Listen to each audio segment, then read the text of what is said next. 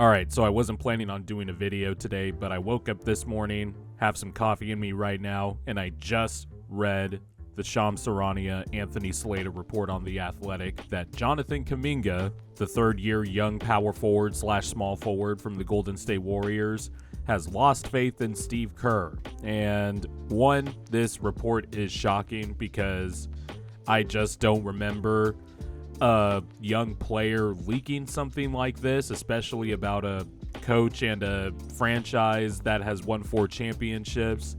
But also, I don't blame Jonathan Kuminga one bit. Yesterday, by the way, was a great night of basketball. Wemby versus Giannis, and then the Nuggets with an 18-point comeback capped by Jokic's just insane half-court shot. But in that game, most notably, Jonathan Kuminga did not play the final 18 minutes of that game, despite having 16 points, 4 rebounds, and 4 assists. And look, as a Warriors stockholder, my faith is wavering also, because I'm not going to sit here and tell you I don't see the multiple problems with this team, like the fact that Steve Kerr might actually be washed. Just another year of not trusting young guys, playing politics, wanting to give way to veterans for whatever reason, and playing Andrew Wiggins, even though Wiggins was in the lineup where the Warriors did extend the lead to 18, Jonathan Kuminga was fantastic, and once it was clear Wiggins did not have the juice anymore, Steve Kerr put in Dario Saric instead of Jonathan Kuminga. Maybe Jonathan Kuminga might have done something against Aaron Gordon, who went bonkers in the fourth quarter, grabbing every offensive rebound, out-muscling every Warriors perimeter player for and ones. He hit a 3 even. Maybe Jonathan Kuminga could have prevented 1 or 2 offensive rebounds and changed the game that way. But this has been a theme with Steve Kerr all year, really the last few years, and why their lottery picks haven't developed. There was a report from Jason Dumas of Cron 4 News, who I actually really trust as somebody who's sourced, said yesterday that Warriors GM Mike Dunleavy had been directly asked about the organization's plan for Moses Moody with the intention of finding him a more consistent role. Moody has also fallen out of the rotation, got his 3rd DNP CD yesterday, even though Gary Payton is going to be out with a hamstring injury, so theoretically you would think Moses Moody would be back in the rotation. But this has been a theme with Steve Kerr the last few years.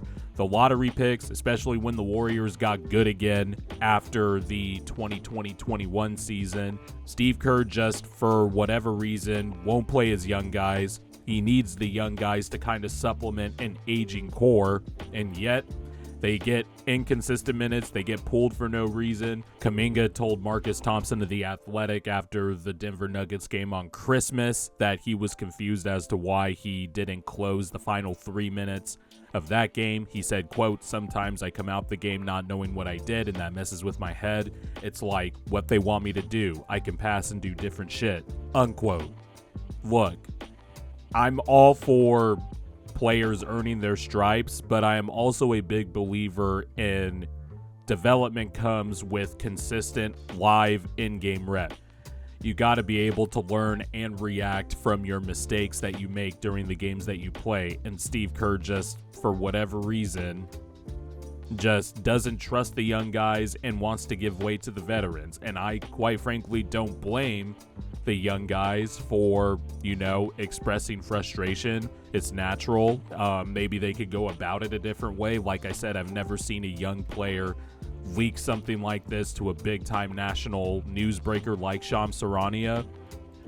But Steve Kerr did this earlier this year with Brandon Podziemski when it was clear that he was going to be a guy, especially a guy that could help this Warriors team as an extra ball handler, etc. He said that Brandon Podziemski was going to be in the rotation.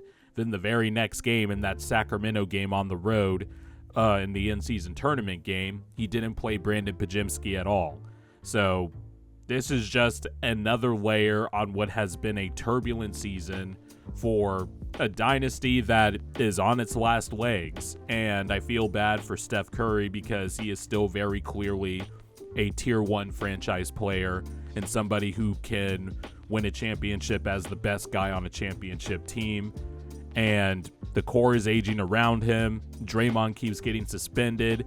The young guys in the youth that should give the Warriors some juice, especially Kaminga, because he's the only, besides Wiggins, the only two-way athletic wing that can provide some real upside and potential.